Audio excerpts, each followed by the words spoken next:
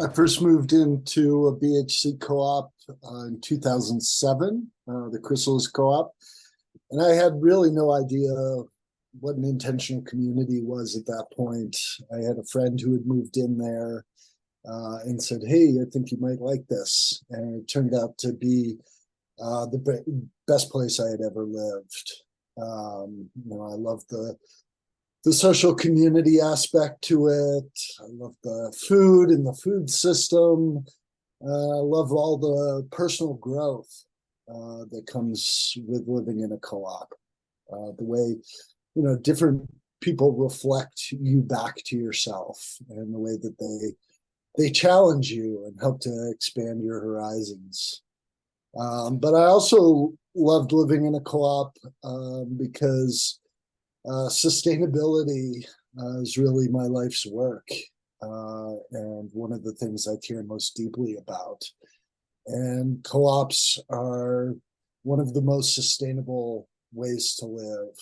I was just reminded lately of an article, a little study that one of my former housemates at Chrysalis did, a guy named Jordan Mann, and he looked at the ecological footprint of the average co-op member versus the average Coloradan, and found that the average co-opper uses 1/4 of the energy, 1/4 of the electricity, 1/3 of the natural gas, and 1/3 of the water of the average person here in Colorado.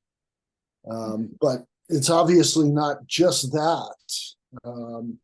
Like here at Mango Manor, where I live now, we have solar panels on the roof that provide most of our electricity.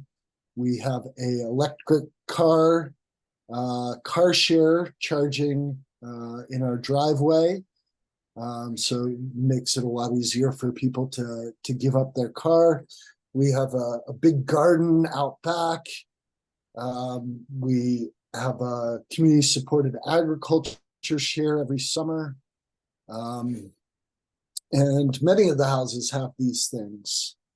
And perhaps the biggest thing is that we resource share, that we don't need 12 refrigerators for 12 people. We don't need 12 washing machines and dryers. Here we have 2 fridges, 1 dryer, and 1 washing machine, and that's really all that we need. So I think that co-ops are a really important piece of the overall sustainability puzzle going forward. I don't necessarily think that they're for everyone, but they could be for a lot more people than they are now if there was greater awareness, if there was greater support financially, politically, and if there were more organizations like Boulder Housing Coalition. We're very lucky to have Boulder Housing Coalition here in Boulder.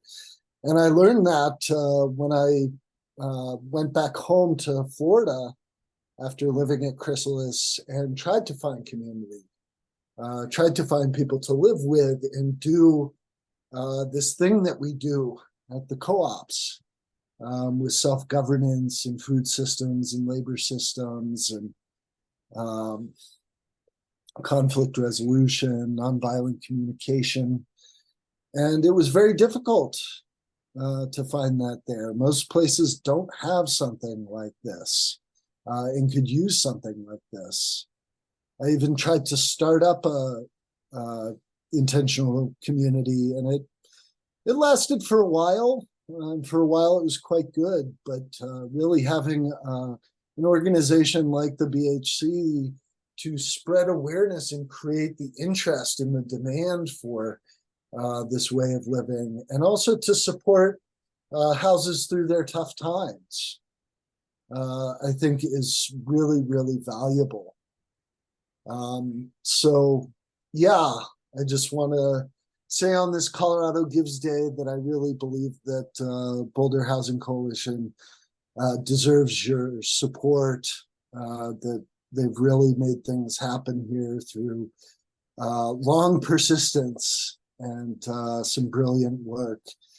And that I think co-ops, really address some of the biggest problems that we're facing today, whether it be affordable housing, whether it be climate change, whether it be mental health, and learning how to work together again, I think might be one of the most important things for our collective future. And co-ops really teach us how to do that. That's an important cultural shift we need to make. So glad to be here. It's been nice to hear from a bunch of different people and see the tours, see some people I haven't seen in many years. So thanks for putting this on.